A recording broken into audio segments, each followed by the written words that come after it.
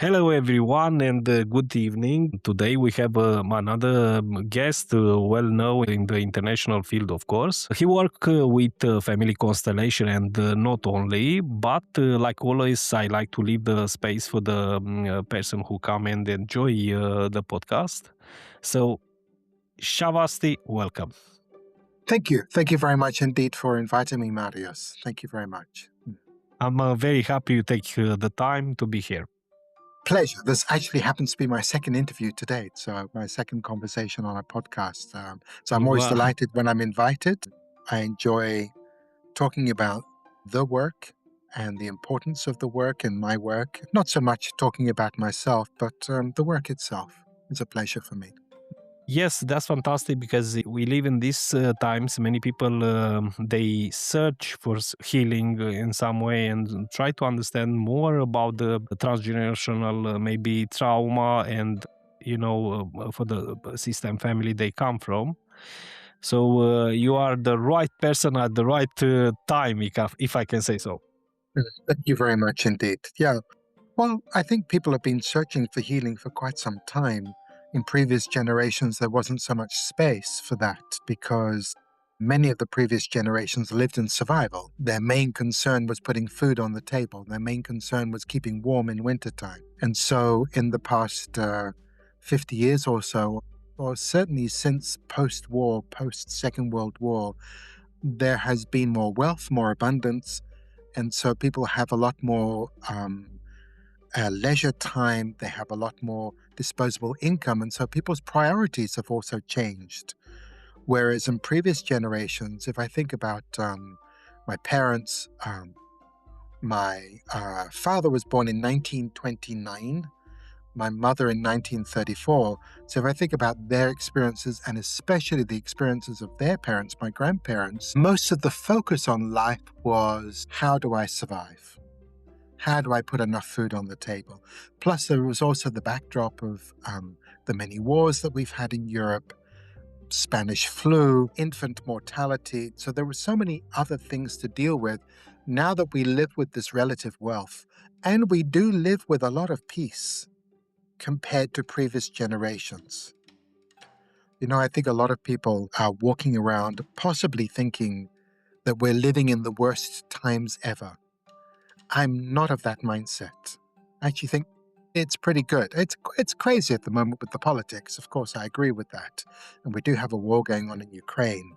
It's just, if we compare it to many of the previous generations, our levels of trauma are far lower than they were before. However, that doesn't mean that that's not felt. Mhm. So, for example, growing up with my parents, I was born in 1961. It was almost as if I was raised in the Second World War because it was part of my life. It was part of the family constellation. It was referred to on a constant basis. So I was born within the shadow of the Second World War. Do you think our generation, the younger generation, it's more weaker maybe than past generation? I don't like to talk in terms of weaker or stronger. We're just different. The younger generation is different. Previous generations were very stoic. And so with that stoicism, feelings were not felt. And because they were often in survival mode, they just got on with life. They had to survive. They had to go to work. They had to earn money. They had to put food on the table. So there wasn't really enough space for anything else. Before we even imagined having workers' rights, people worked very, very long hours. Proportionately, they spent a greater portion of their salary on food and housing, etc., than we do today. So there wasn't really sufficient space for them to explore their inner being, their inner selves. So I would say circumstances are just simply different. There's no weaker and no stronger. So, for example, if I look at my English grandmother, because I'm only half English, my other half is Gibraltarian and Spanish. If I look at my English grandmother, born in the 1880s, married in 1911, the First World War came. After the First World War came the Spanish flu. After the Spanish flu came the Great Depression.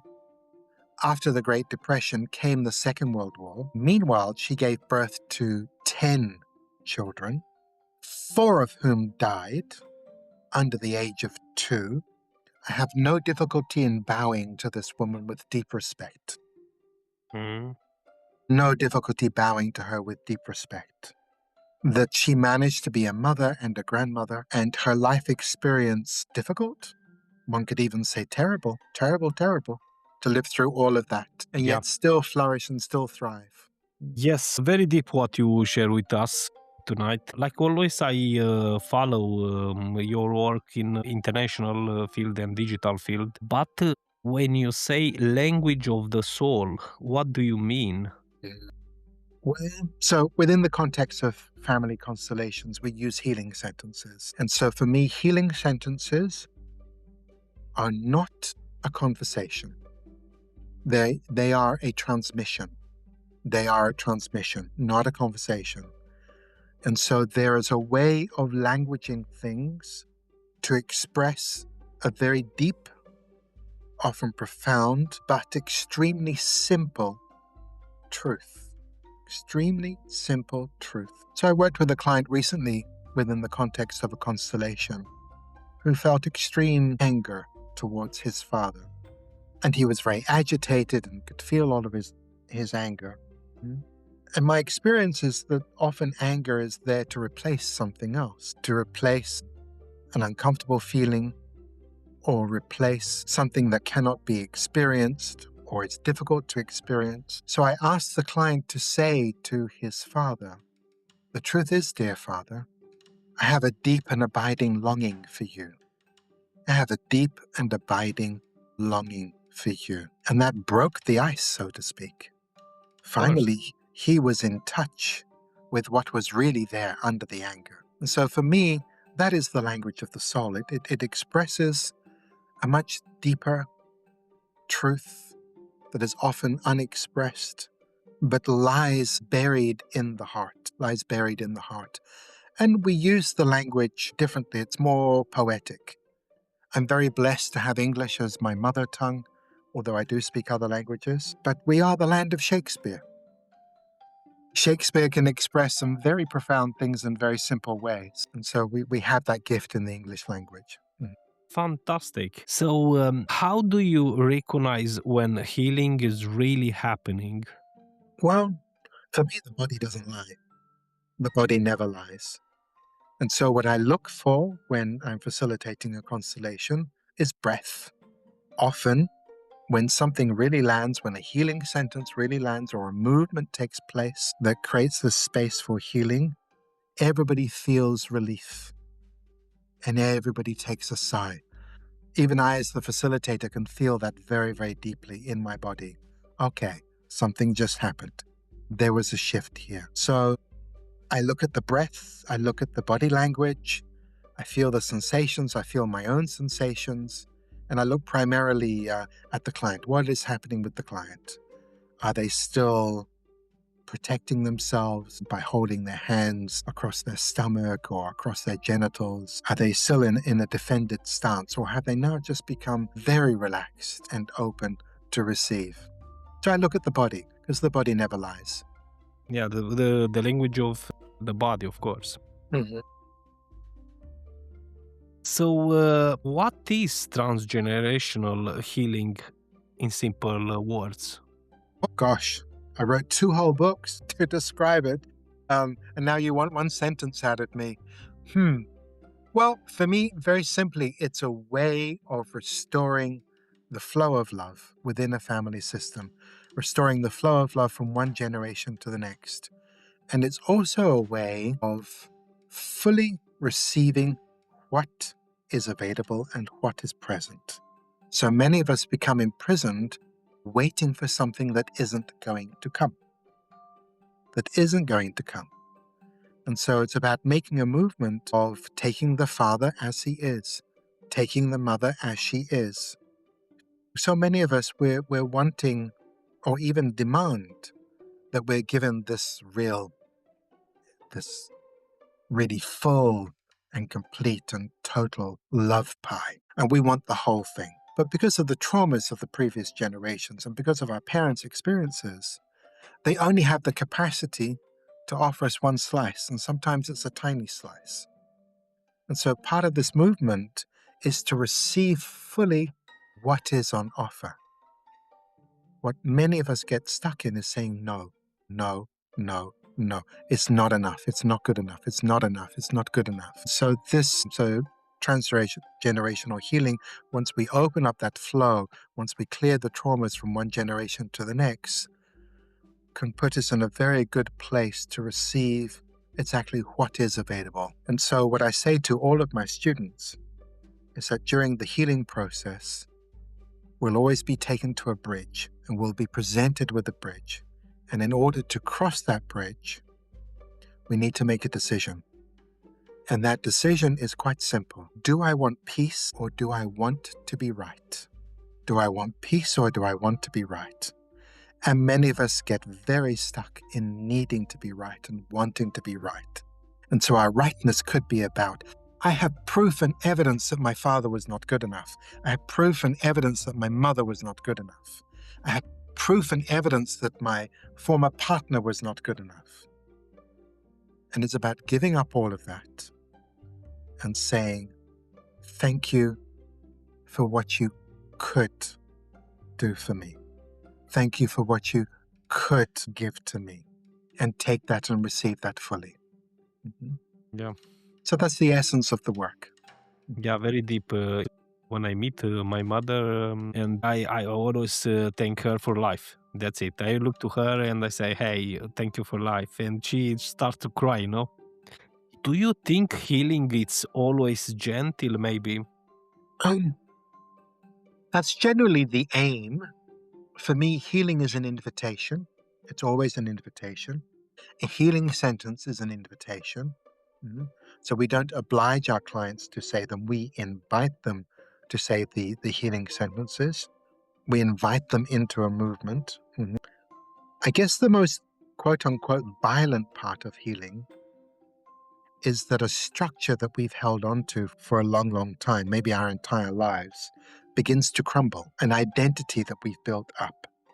And that identity can be, I'm the one who was not loved by my mother. That's part of my identity. And so the violent part can be, is then when that structure begins to crumble and we have to go out into the world, almost getting to know the world all over again, because we've been interacting with the world from our wounded identity, and that identity is just crumbled.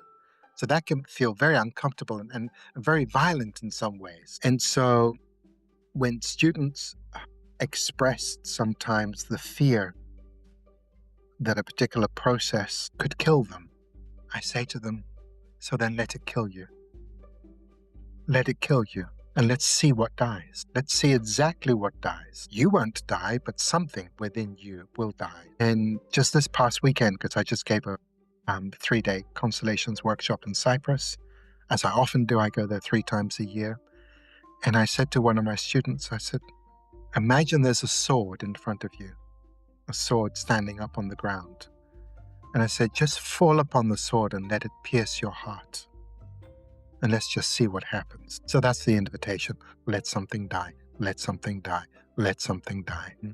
Yes, of course, it's just an invitation and take time for everyone maybe to accept. And sometimes, you know, the ego maybe is coming in the front and control, you know. What role does play the love in systemic healing? Vital.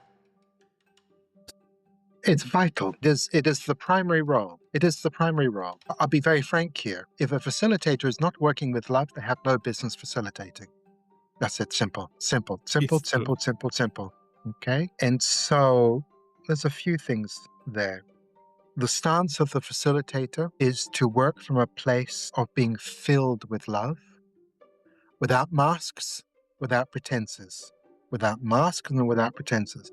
There's nothing more irritating than a love mask. An inauthentic love mask.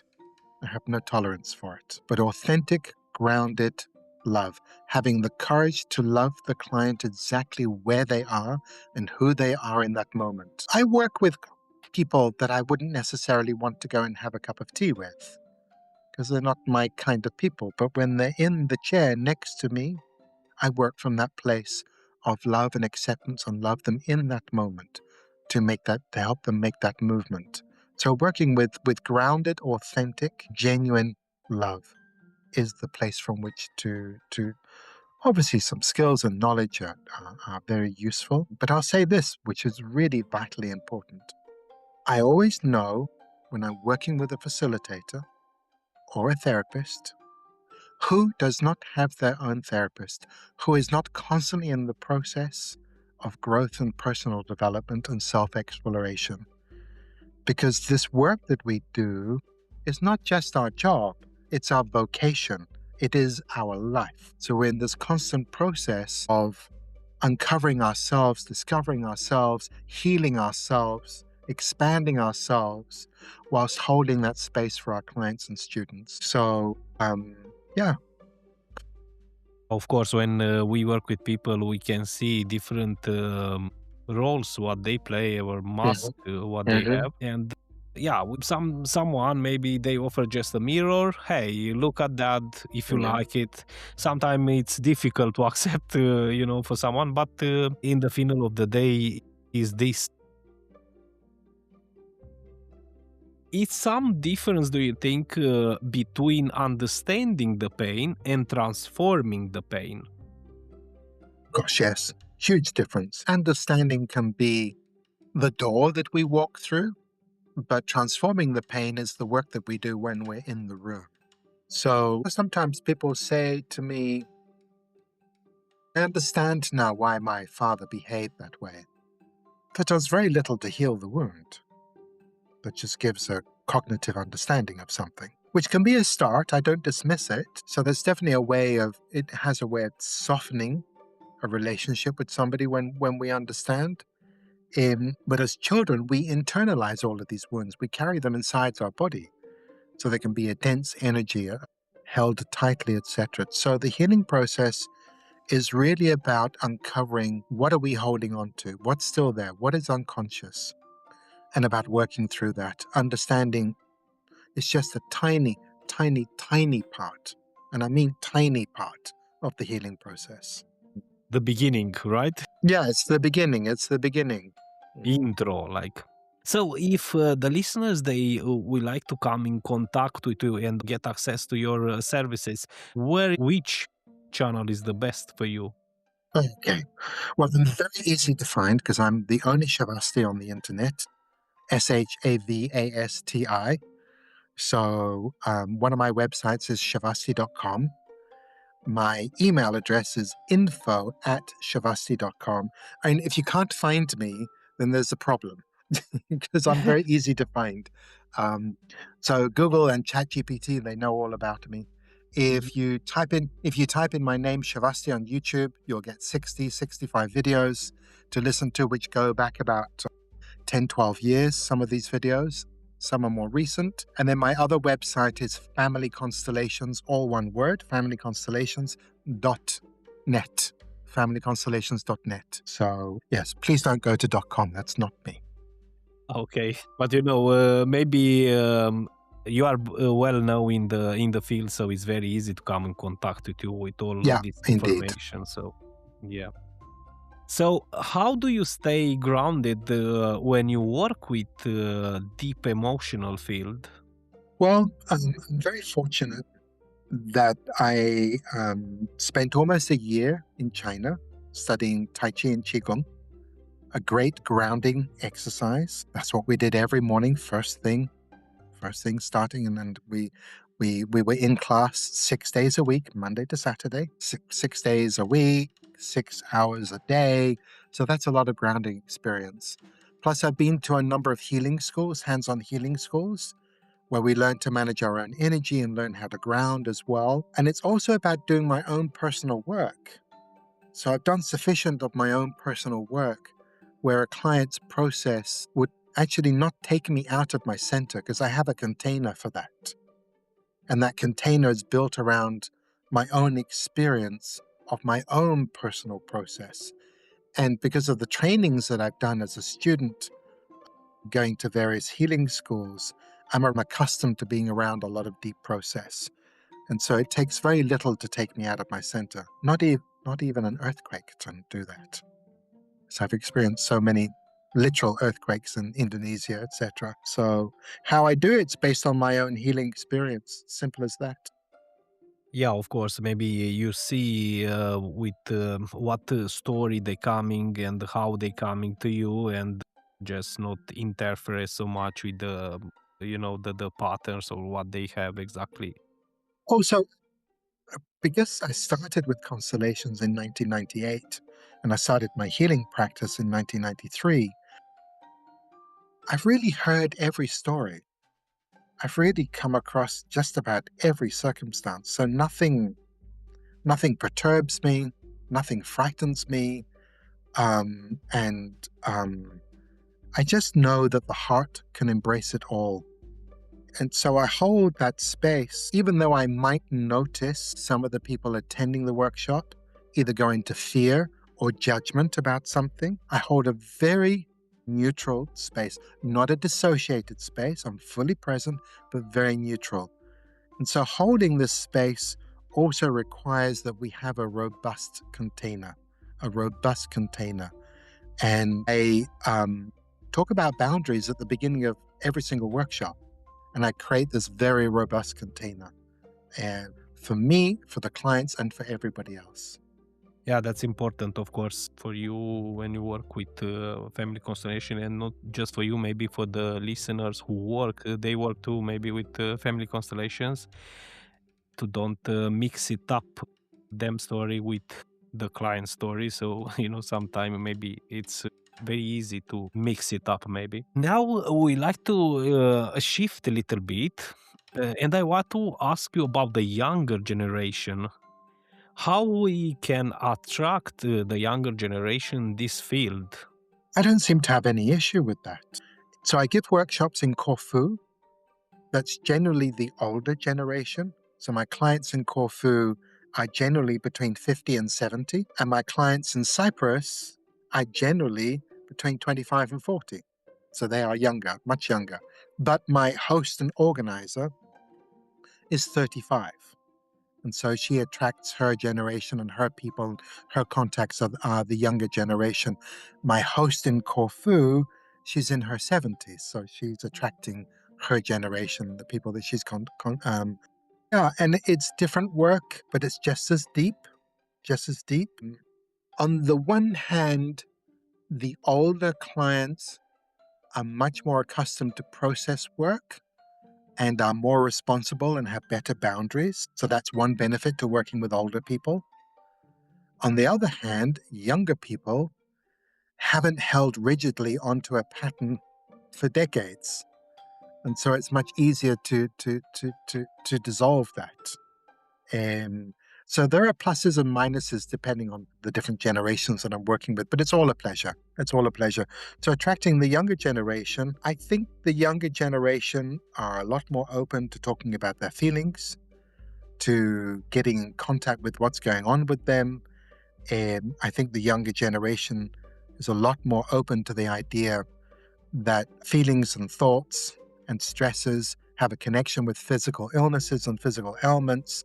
And so they're looking for different ways to heal themselves. And so there's a lot of openness there. And also, too, they are constantly searching for information. And so a lot of my younger clients find me on Instagram. I was very resistant to going onto Instagram, by the way. I was talked into it by my 35-year-old host in Cyprus. And I was very glad that I did. I went onto Instagram and I got some younger clients. Older people tend to come through my YouTube channel. Yeah. Mm. Yeah, of course, the clients always they are in different. They come from Exactly. different channels. Yeah, exactly. So it's good to be little everywhere if we have the time, of course. Shavasti, if you have a message for the world, what will be? For the world, Yeah, if you must have a religion, let it be love. Let that be your focus. It's the only thing that's important.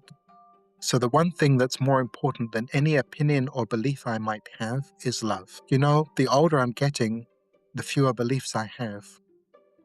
I used to believe in lots of different things, lots of different things. You know, there's an expectation because I do hands-on healing and spiritual work as well as family constellation work that I fall into a certain category of belief systems. And people say to me, so do you believe in reincarnation?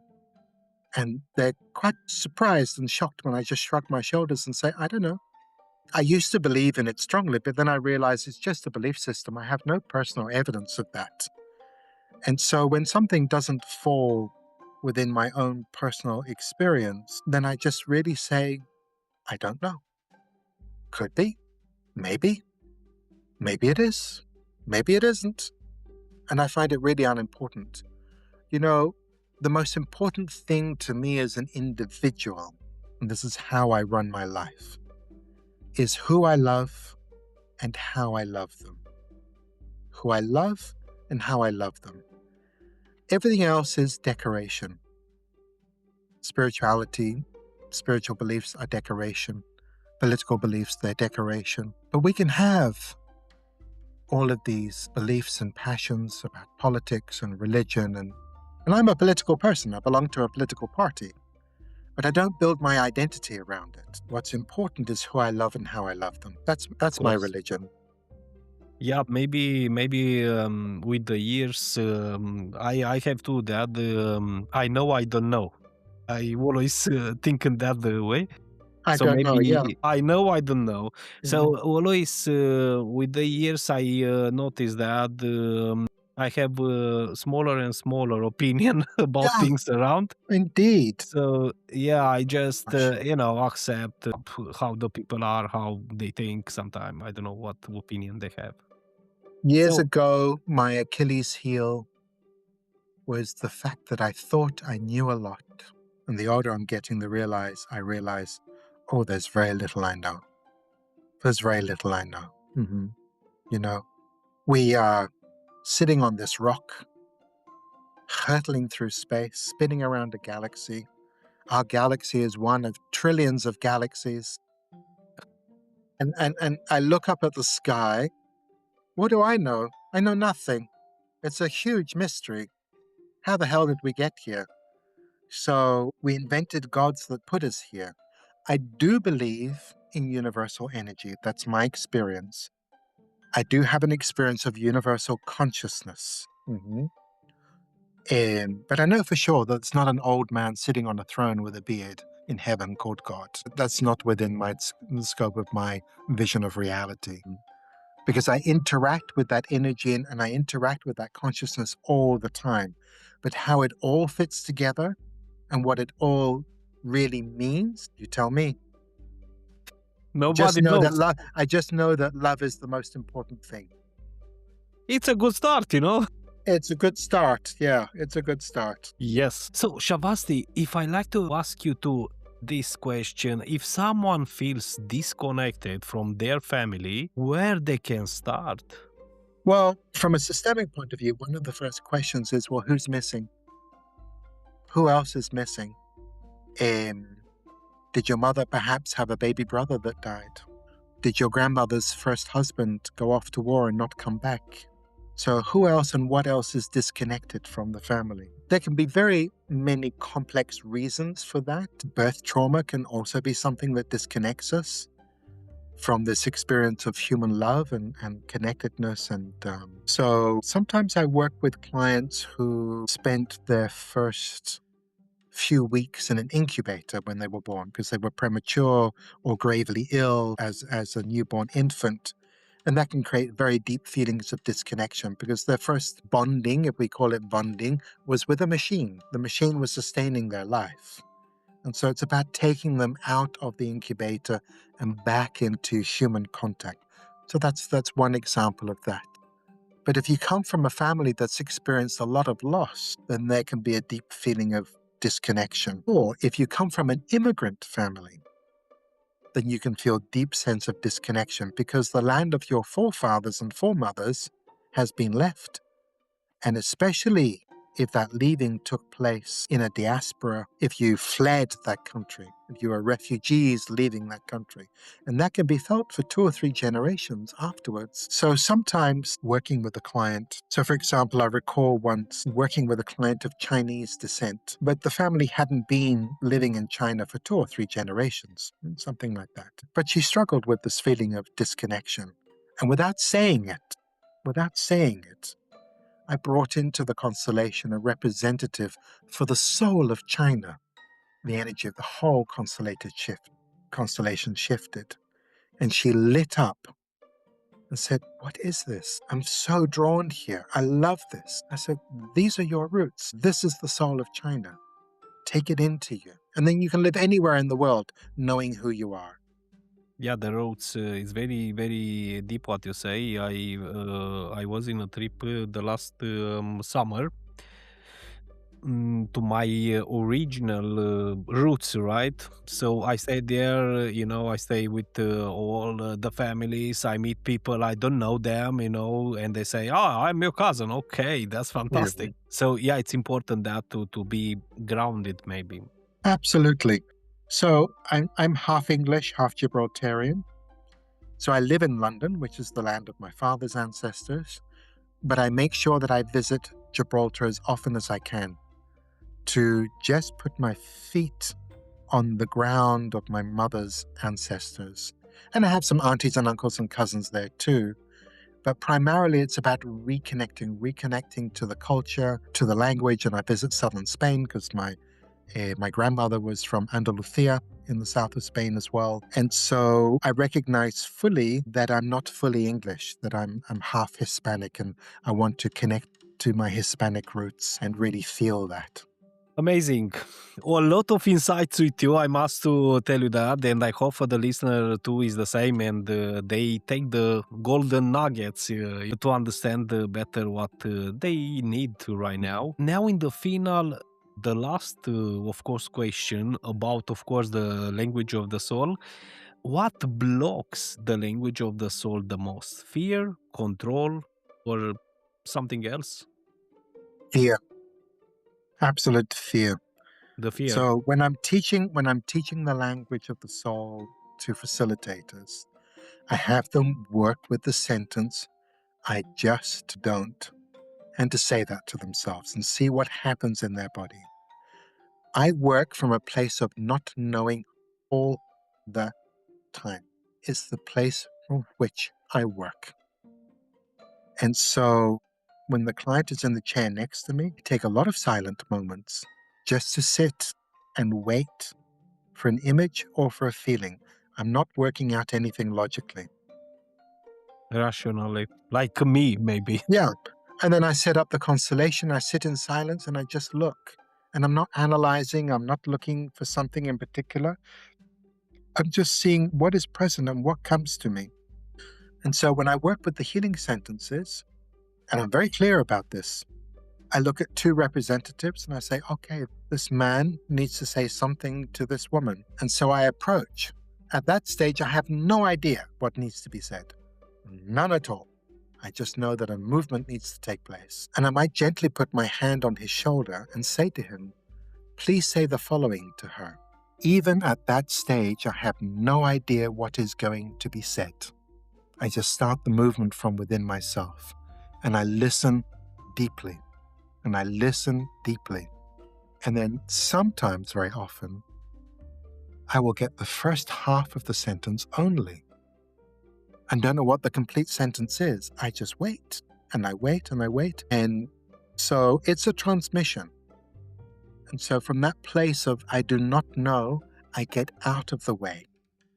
And working from a place of absolute not knowing and being comfortable with that, in my view, is the only way to facilitate a constellation. So we become the vessel through which the intelligence of the field works. We are simply a servant in that moment. Simply a servant in that moment. Shavasti, thank you very much for everything what you bring tonight, and of course you take the time to be here with us. Thank you. You're welcome. Thank you for inviting me. Amazing. And I hope I see you again in another maybe topics or another podcast. My name is Marius, and thank you for listening.